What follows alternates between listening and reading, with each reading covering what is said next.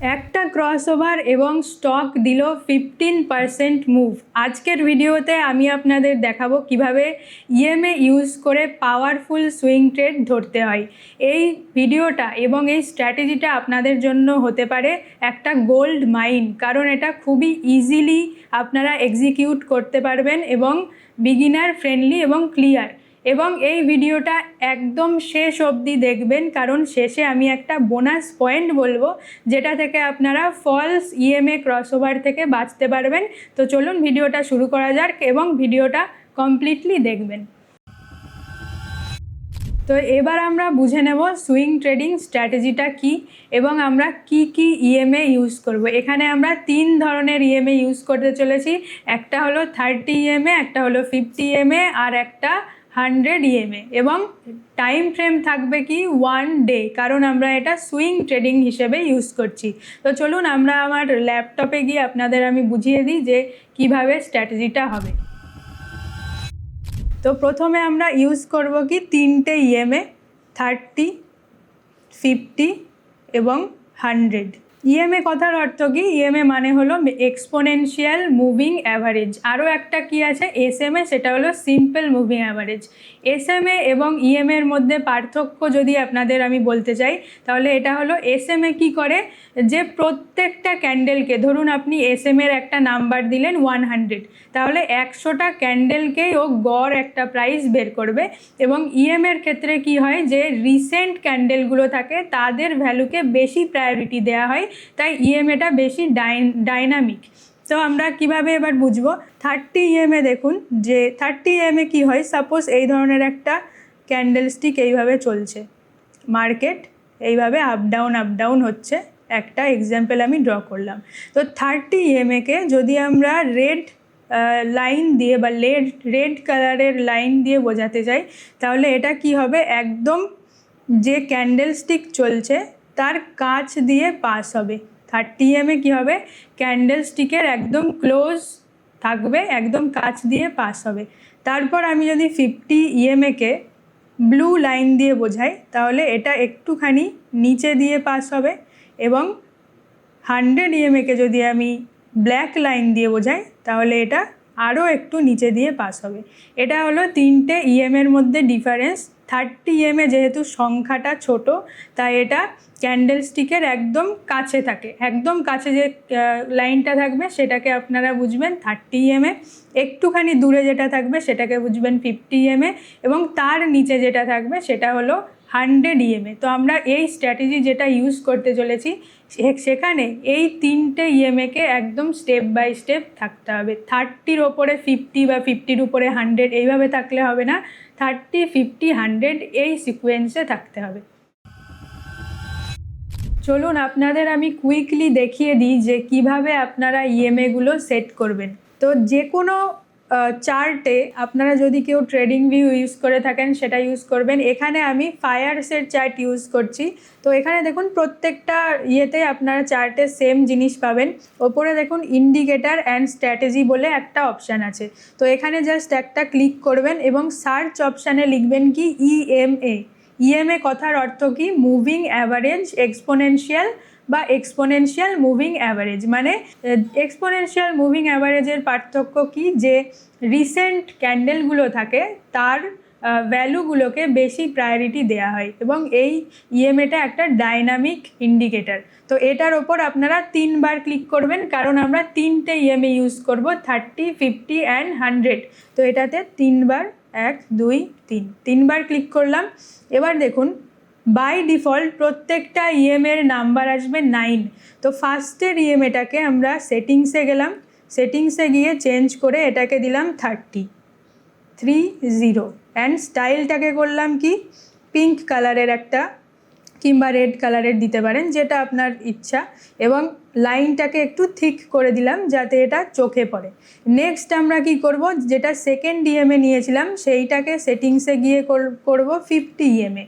9টাকে delete করে করলাম 50 EMA, এবং এর স্টাইলটা থাকবে ব্লু কালারই রাখছি, এবং এই লাইনটাকে ঠিক করে দিলাম। নেক্সট করব কি থার্ড ইএমএটা এখানে রাখবো, 9টাকে ডিলিট করে 100 ইএমএ, স্টাইলটাকে করলাম ব্ল্যাক কালার এবং এটাকে সেমভাবে থিক করে দিলাম। তাহলে কি হলো, এখানে পরপর 30, 50 অ্যান্ড 100 ইএমএ। এখানে দেখুন এই চার্টটাই দেখুন কি হয়েছে, মার্কেট যখন সাইডওয়েজ থাকে, যে কোনো স্টক যখন সাইডওয়েজ থাকে তখন তিনটে ইএমএ একদম যেমন খুশি চলতে থাকে, কোনো আপনি সিকোয়েন্স পাবেন না যে 30 ওপরে, 50 ওপরে, 100 নিচে, এইভাবে থাকবে না। তো সাইডওয়েজ মার্কেট আমরা সম্পূর্ণ দেখতে থাকবো। কখন আমরা অ্যালার্ট হব যে এই মোমেন্টটায়, আপনারা দেখুন একটুখানি ক্লিয়ারলি দেখবেন, এই জায়গাটায় মার্কেট কি আছে, ফুললি সাইডওয়েজ। এই জায়গাটায় মার্কেট আছে ফুললি সাইডওয়েজ, তাই ইএমএগুলো একে অপরের সাথে একদম গায়ে গায়ে হয়ে আছে। যখনই মার্কেটে এই ক্যান্ডেলটা দিয়ে মোমেন্টাম শুরু হলো, তখন কি হলো, সবার প্রথমে দেখুন এই একদম স্টকের পাশাপাশি, মানে ক্যান্ডেলগুলোর পাশাপাশি একদম ক্লোজ নিয়ারেস্ট চলে আসলো কি 30 ইএমএ। পিঙ্ক কালারের এটা আমি রেখেছি ওপরে 30 ইএমএ, নেক্সট ব্লু লাইনটা রেখেছি 50 ইএমএ, নিচেরটা রেখেছি 100 ইএমএ। মানে যখনই মার্কেট সাইডওয়েজ থেকে ট্রেন্ডিং মার্কেটের দিকে খুলবে, তখনই আমাদের দরকার কি, সবার প্রথমে একদম ক্যান্ডেলের গায়ে গায়ে থাকবে 30 ইএমএ, তারপর 50 ইএমএ, তারপর 100 ইএমএ। এই সিকোয়েন্সটা জাস্ট ফলো করবেন। এরপরে আপনাদের আমি দেখাবো এন্ট্রি, টার্গেট, স্টপ লস। তো স্ট্র্যাটেজিটা আমরা বুঝে নিলাম, এবার আমরা কুইকলি বুঝে নেব যে ইএমএতে কোথায় এন্ট্রি করবেন, কোথায় স্টপ লস টার্গেট লাগবেন, খুবই ইজিলি। তো চলুন দেখুন, এইখানে মার্কেট ছিল সাইডওয়েজ থাকার পর যখনই মার্কেটে এখান থেকে মুভমেন্ট শুরু হলো, মুভমেন্ট শুরু হওয়ার সাথে সাথেই কি হলো, 30 ইএমএ একদম ক্যান্ডেলের কাছে চলে আসলো, নেক্সট চলে এলো 50 ইএমএ, একদম নিচে চলে এলো 100 ইএমএ। তাহলে এখানে আমরা সিকোয়েন্স পেয়ে গেছি। এরপরে দেখুন কোথায় এন্ট্রি করবেন। এন্ট্রি করবেন যখন ক্যান্ডেল স্টিক 50 ইএমএকে টাচ করবে। মানে ক্যান্ডেল স্টিকের দুটো পার্ট হয়, একটা হয় বডি, একটা হয় উইক। এক্ষেত্রে ক্যান্ডেলের বডি বা উইক যে কোনো একটা পার্টই 50 ইএমএকে টাচ করলে হবে। তো এইখানে দেখুন এই জায়গাটায় ক্যান্ডেল কিন্তু 50 ইএমএকে টাচ করেনি, এখানে একটা গ্যাপ আছে। কোথায় এসে টাচ করলো, এইখানে এসে টাচ করলো, এখানে এসে টাচ করলো। তাহলে এখানে আমাদের কি হবে, এন্ট্রি। এখান থেকে আপনারা নেবেন লং পজিশন। এই ফার্স্ট যখন 50 ইএমএ টাচ করলো, এখানেই হয়ে যাবে এন্ট্রি। এবং প্রিভিয়াস যেখান থেকে মার্কেট ফল শুরু করছে, মানে মার্কেটের রিসেন্ট সুইং হাই হবে টার্গেট। মানে এইখানে আমরা একটা দাগ দিলাম, এটা হবে টার্গেট। এই অবধি টেনে দিলাম টার্গেট প্রাইস। তাহলে ওপরে কি হলো, 13.03% টার্গেট, এবং নিচে 100 ইএমএর লাইনটা হবে আমাদের এসএল। তাহলে দেখুন এটাই স্টপ লস হিট করেছে না টার্গেট হিট করেছে, আমরা ক্লিয়ারলি দেখতে পাচ্ছি। এখানে যদি আমরা এন্ট্রি নিতাম, এখানে যদি এসএল রাখতাম, তাহলে কিন্তু মার্কেট ধীরে ধীরে ধীরে ধীরে ওপরে গিয়ে টার্গেট হিট করেছে। তারপরে সেকেন্ড আপনি দেখুন, এখানে একটা ট্রেড কমপ্লিট হয়ে গেল। সেকেন্ড বার যখন, এই আগের দাগগুলো আমি মুছে দিলাম, সেকেন্ড বার যখন মার্কেট এখানে আরও একবার টাচ করলো, তাহলে এখানে হবে আমাদের সেকেন্ড এন্ট্রি। লং পজিশান নিলাম, এখানে টাচ করালাম, এখানে দিলাম এন্ট্রি, 100 ইএমএতে দিলাম এসএল, এবং প্রিভিয়াস সুইং হাইতে দিলাম টার্গেট। তাহলে এইখানেও দেখুন এক্স্যাক্ট টার্গেট হিট করেই, এখানে এক্স্যাক্ট টার্গেট হিট করেই মার্কেট নিচের দিকে এসেছে। তো এই জিনিসটা আমরা কতবার করতে পারি, যতবার মার্কেট সাইডওয়েজ পজিশানে থাকবে, এখানে তিনটে ইএমএই একদম একসাথে গায়ে গায়ে অবস্থায় থাকবে।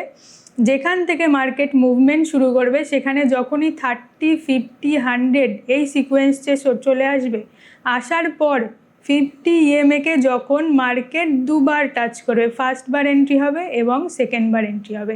তারপরে যদি third time, fourth time, fifth time touch করে, তাহলে কিন্তু আমাদের এন্ট্রি হবে না। প্রথম টাচে এন্ট্রি হবে এবং সেকেন্ড টাচে এন্ট্রি হবে। টার্গেট হবে previous swing high, stop loss হবে 100 ইএমএ। চলুন আরও একটা এক্সাম্পল আমরা দেখে নিই এবং তাদের এন্ট্রি স্টপ লস কোথায় রাখবো। তো এখানে দেখুন গোদরেজ প্রপার্টিস, এটা একটা 2020 সালের চার্ট। তো এখানে মার্কেট সম্পূর্ণ সাইডওয়েজ থাকার পর এখানে যখন মুভমেন্ট শুরু করলো, তখনই দেখুন ডাইরেক্টলি একদম ইমিডিয়েট স্টকের কাছাকাছি 30, 50 এবং 100 ইএমএ চলে এলো। তারপর ফার্স্ট এন্ট্রি আমাদের কখন হচ্ছে, এই মোমেন্টটাই, এই নিচ দিয়ে দেখুন যে এইখানটায় দাগগুলোকে আমি হাটিয়ে দিলাম। তো এখানে কি করলো, মার্কেট একবার ওপরের দিক থেকে এলো, দিয়ে নিচের দিক থেকে মার্কেট এটাকে ক্রস ওভার করে দিল। তারপর যখন মার্কেটে মুভমেন্ট শুরু হলো, ফার্স্ট এন্ট্রি হবে কোথায়, এই পয়েন্টটায় মার্কেট 50 EMA-কে টাচ করলো। তাহলে এখানে আমাদের হবে একটা লং পজিশান। এই 100 EMA-তে হলো SL, এইখানে হলো মার্কেটের সুইং হাইতে হলো টার্গেট। সো এখানে আমরা দেখতে পাচ্ছি টার্গেট হিট হয়েছে।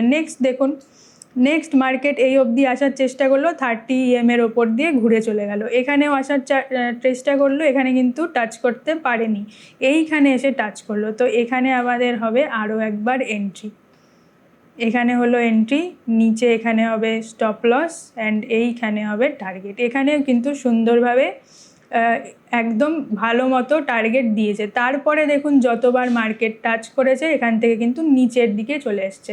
এই জন্যই আপনাদের আমি এই কথাটা বলছি যে EMA-কে 50 EMA-কে মার্কেট দুবার টাচ করবে, তাহলেই এন্ট্রি নেবেন, নেক্সট বারগুলো আপনাদের কনসিডার করতে হবে। তো আজকের স্ট্র্যাটেজিটা আপনাদের সাথে আমি এক্সপ্লেন করলাম। আপনাদের লাস্টে আমি একটাই কথা বলতে চাই যে কোনো ট্রেডিং স্টাইলে আপনি যদি সাকসেসফুল হতে চান, তাহলে আপনার প্রপার পেশেন্স, রিস্ক ম্যানেজমেন্ট এবং কন্টিনিউ লার্নিং দরকার। ছোট ছোট করে রোজ শিখতে থাকুন এবং নিজেকে ইমপ্রুভ করুন। ভিডিওটা যদি ভালো লেগে থাকে তাহলে অবশ্যই লাইক করবেন এবং শেয়ার করতে ভুলবেন না, এবং আমাদের চ্যানেলটাকে সাবস্ক্রাইব করে দেবেন। আবার দেখা হচ্ছে আরও একটা লার্নিং কন্টেন্টের সাথে।